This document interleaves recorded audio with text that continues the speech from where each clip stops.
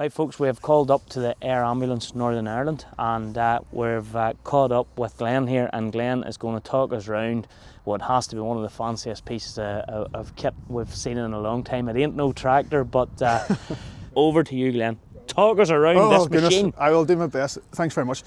So, my name is Glenn. I'm the operational lead for Air Ambulance Northern Ireland, a paramedic at heart, and sort of looking after the operational side of the business. This aircraft is a great aircraft, brilliant for what we have. It's an EC-135, so Eurocopter 135. We call it. Now 135 to us is a Massey, which is all right. is not very big, so you know. No, it's a wee bit bigger than the Massey one. So is there equivalent to John Deere? Is it equivalent or something like that? But so it's a great bit of kit, and the reason why we have the EC-135, particularly for Northern Ireland, is that it's just its size. It's unique. It's lightweight. And we can get into almost any place that we choose to, you know, within reason. The bigger the aircraft, the bigger the downwash, the bigger the area you have to get. So therefore we become restricted to those ad hoc sites. So that's about it. The front seat. So the paramedic, his primary role at the very start is to sit in the front seat, and it's all about the navigation. We'd be very much responsible to try and make sure we get to the right place, speaking to the air desk, the communications, and to and from scene. And advising the pilot where we're going, particularly if we need to be redirected. The pilot, the right-hand seat, would be talking to air traffic control and very much thinking about how we can get there, to looking at their rules and regulations of the flight plan. The doctor sits in the back, so we're very much a doctor and paramedic crew. So where the doctor sits in the back, and they would be talking about or thinking about their sort of pathway about the patient, about the clinical care of the patient. Would they have information feeding through at this point of potentially what they're going through? At the very start we would do. At the very start we'd get a call, and for example, you're going to Coleraine and you're going to a road traffic collision, which are 50% of our work. And it's going to say, for example, 2 cars and 1 patient is unconscious, and it's a male. So that information goes into the doctor's head and the paramedics, but for me, I need to put that aside. I need to get the aircraft there safely and look at different sites. So the doctor sits in the back, and then we take off from here. I'll do a bit of GPS work, almost making sure they're at right, what we call latitude and longitude, or put in the right place. And I've got a map as well, so should everything fail, I can revert back to my map and help the pilot trying to get there. But I thought you were a paramedic at heart. Well, I know, so it's one of the biggest learning curves that we've had as paramedics, is that we sort of grew up with medicine, clinical knowledge, but when you come here, you have to get there safely. So we go on a very intense 2-week course, and it's to become technical crew members. And doing that, we do map reading, we do navigation, we learn about the weather. So it's not just a matter of taking off and thinking we're going to land there. It's like, can we land there? What's our plan A or plan B? And what happens if things sort of change in flight? What about fuel state as well? What happens if we start to not be able to find the scene, and the fuel sort of burns away? Where's our options to go and get more fuel? So it's very much at the very start, the pilot and the paramedic talking. When we get on scene, it's the paramedic and doctor talking, and we look at the clinical care. But do you want me to show you inside the aircraft there? So come on ahead. So this is basically our emergency department room, or our anaesthetic room, or whatever you want to call it. Everything you have in here is what in the first 15-20 minutes what we'll do in the ED department. So this is our ventilator, and this basically breathes for the person. If that patient needs to be sort of put into a coma, induced coma, a pre-hospital anaesthetic to help support their breathing for a chest injury or their head injury, this machine here takes over the breathing for them. The machine behind is our defibrillator, and that monitors the heart rate, the blood pressure, the pulse, all sort of things that we need to know, how air is moving in and out. And this here on the side, if the patient goes into a rhythm of the heart, we can see it here.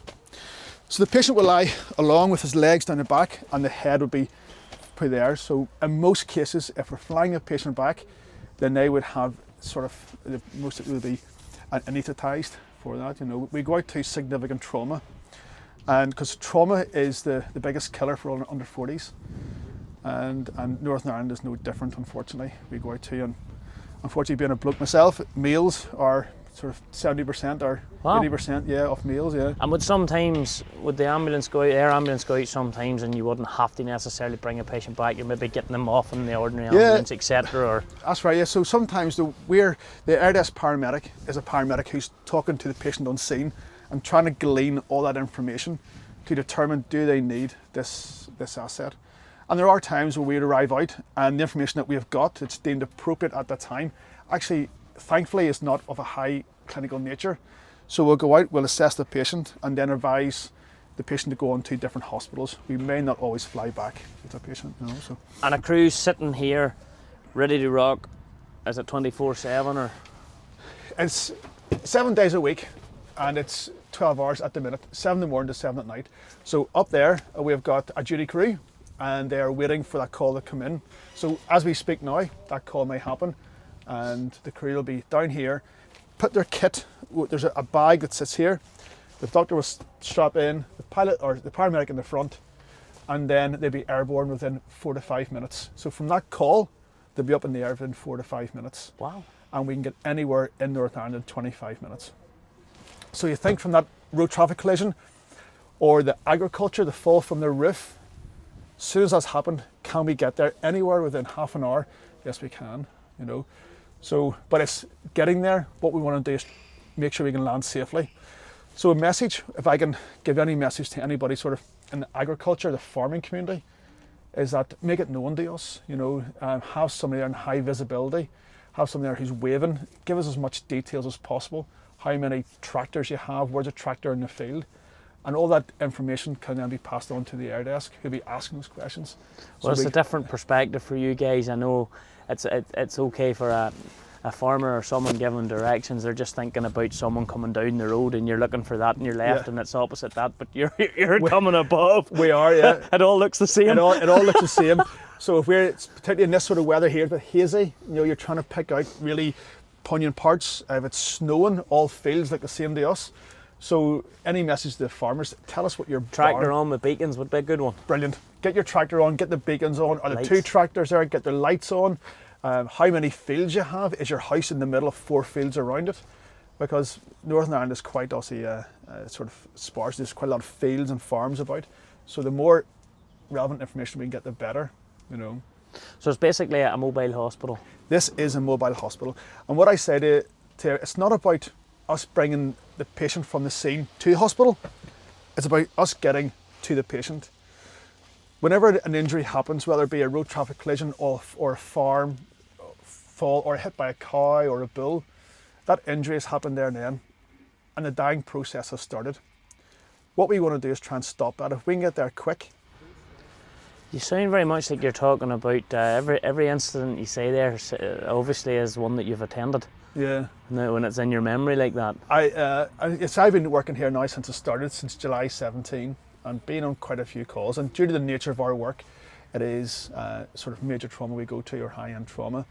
And unfortunately, those patients have suffered a high mechanism of injury. So we do go out and we do sometimes see people in sort of, unfortunately, in a worse state. But we're trained. We train every day. We're qualified. We need to get there early, and we can sort of help and promote a patient.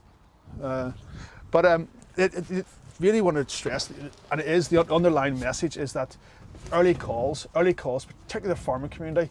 How many times would they phone up after they've done something? You know, they've fallen and then they've carried on milking the cows, or they've carried on getting the cows in from the field. You know, phone 999, tell us as much details and about what's your injuries, and we will get there. Yeah. I see 2 helicopters here. Yeah. So one is our spare, and there's only one operational team at any time, and so the spare aircraft is there for whenever there's routine maintenance. This, obviously, an aircraft is not like your car where you can just change a bit of an oil filter, air filter, and that's it. It's a bit more sort of comprehensive. So we've got one engineer who's full-time on the base, and that engineer then would be taking this aircraft offline and putting the spare one on. So we're always operational. So we never are offline. And you do fly both? Yes, we do fly both, as in, yes, all this kit here will be transferred from this aircraft into the secondary aircraft. But you still see this as the primary? Yes, this is the primary one. Just a slight difference, ever so slight difference, but in essence, from the public, you wouldn't really see anything different, you know. So, and that can still get anywhere in 25 minutes, you know. So we're very lucky to have two.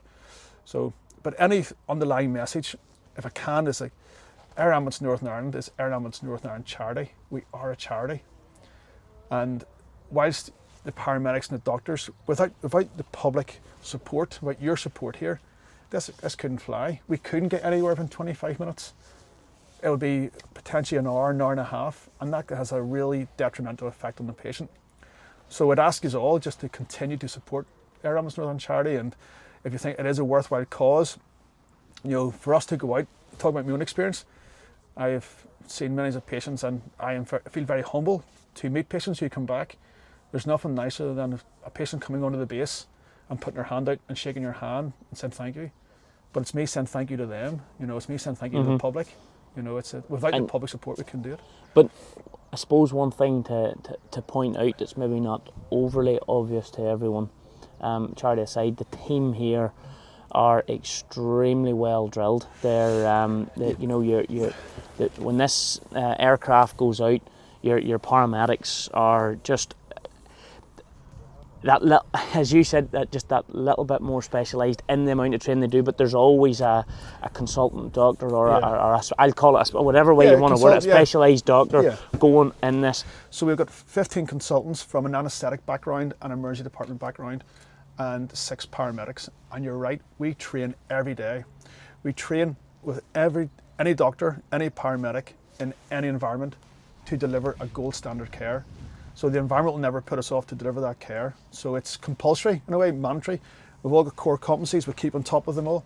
So whenever we arrive, be rest assured that this team is fully qualified, highly trained in delivering those skills. Have you ever flew a helicopter? I've never flew one, no. In all my times, I've certainly had a good go at sort of helping out in the flying in the left-hand seat. Not in this one, but in the other days. But no, I've never been a pilot. I've always been in the back or fixing them. Fixing them? I was years ago, a very young 17-year-old that joined the RAF as a helicopter engineer, and I was there for a lot of years. So hold on a wee minute here. You're no different to us or anyone else. Yes, you're saving lives, but you're saving lives and doing something you love doing, and you're around helicopters. Oh, brilliant! Tell the truth. Oh, it is. Oh, so I would do this job for free. I would do it for free. Without a doubt, I would do it. It's the best job ever. It is fantastic, and you're dealing with people, the charity staff, the medical staff. Everybody's driven, committed for one goal. It's patient care. I love it. Wow. So it's not just farmers who love tractors. I know. There are guys who love helicopters too. Yeah. I mean, yeah, helicopters. and saving lives. And saving lives. We'll add that in there too. But certainly, you know, like the two passions I have are helicopter and medicine, and having them both together here, you know, and then to see that benefit patients, there's nothing more rewarding than that. Wow. You know. So. Well, look, hopefully we'll be doing a lot more with you guys throughout the coming years. I think it's from the GRASSMEN's point of view, particularly in the rural community, we know a lot of people have used you. You'll know you do a high percentage of your calls will be rural, stroke farm related. So hopefully we can work together and you know, get your message out there of exactly what it is you do and the value of the service and in some way help you keep the service going, because it does take a lot of money to keep. It does take a lot of money, going. and if I can, but it takes a lot of money to keep the service going. But as I say, whenever that patient comes back and looks you in the eyes and shakes your hand, that's priceless. You can no amount of money will ever sort of be worth that. And I would just say, like, if you're thinking about putting your hand in your pocket for a charity, you know, it's a service. It's your service. It's the public service. Yep. You know, there's no postcodes, no boundaries, no borders. We will go to whatever patient needs us.